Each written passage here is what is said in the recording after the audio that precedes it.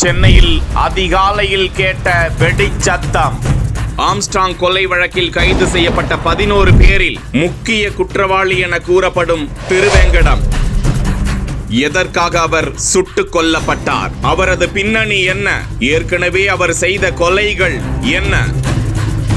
கைது செய்யப்பட்ட 11 பேரையும் காவலில் எடுத்து போலீசார் விசாரித்து வருகிறார்கள். மறுபக்கம் ஆம்ஸ்ட்ராங் கொலை வழக்கில் தமிழக அரசு எடுத்த நடவடிக்கை என்ன என தலைமைச் செயலாளருக்கு தேசிய பட்டியல் இனத்தோர் ஆணையம் நோட்டீஸ் அனுப்பியிருக்கிறது. காவல்துறை டிஜிபிக்கும் விளக்கம் கேட்டு நோட்டீஸ் அனுப்பப்பட்டிருக்கிறது. முதற்கட்டமாக கொலை தொடர்பாக மறைந்த பிரபல ரவுடி ஆற்காடு சுரேஷின் தம்பி ராணிப்பேட்டை மாவட்டம் காட்பாடி பொன்னை பகுதியை சேர்ந்த பொன்னை பாலு என்பவர், அவரது கூட்டாளிகள் அதே பகுதியை சேர்ந்த 22 வயதான சந்தோஷ், பெரம்பூர் பொன்னுச்சாமி நகர் 3வது தெருவை சேர்ந்த 45 வயதான திருமலை, திருவள்ளூர் மாவட்டம் ஆர்கே பேட்டையை சேர்ந்த மணிவண்ணன் 26 வயது, குன்றத்தூர் திருவேங்கடம் 33 வயது. இவர்தான் போலீசாரால் தற்போது சுட்டுக் கொல்லப்பட்டவர். ஆம்ஸ்ட்ராங் கொலை வழக்கில் மிக முக்கிய குற்றவாளியாக கருதப்படும் இளைஞர் திருவேங்கடத்திடம் போலீசார் விசாரணை நடத்தியதில் ஆற்காடு சுரேஷ் கொலைக்கு பழிக்கு பழி வாங்கவே ஆம்ஸ்ட்ராங் கொலை செய்ததாக அவர்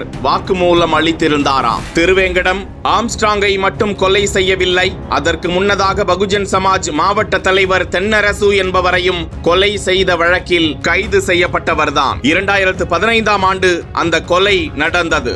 அவர் உள்ளிட்ட 3 கொலை வழக்குகளும் பல கட்ட பஞ்சாயத்து வழக்குகளும் நிலுவையில் இருக்கிறதாம். மேலும் ஆம்ஸ்ட்ராங் கொலை வழக்கில் கைது செய்யப்பட்டிருக்கும் முக்கிய குற்றவாளி என கூறப்படும் வழக்கறிஞர் அருள் என்பவரின் உயிர் நண்பராக செயல்பட்டு வந்தவர் திருவேங்கடம் என கூறப்படுகிறது. அருளோடு சேர்ந்து கொலை செய்ய திட்டங்களை தீட்டியது, கொலைக்காக வேவு பார்த்தது உள்ளிட்ட பல்வேறு செயல்களில் திருவேங்கடம் ஈடுபட்டு வந்த நிலையில் அவரிடம் காவலில் எடுத்து விசாரணை செய்து கொண்டிருந்த போது தடயங்களை சேகரிப்பதற்காக திருவேங்கடத்தை மாதவரம் பகுதியில் உள்ள அவரது இல்லத்திற்கு அழைத்து வந்திருக்கிறார்கள்.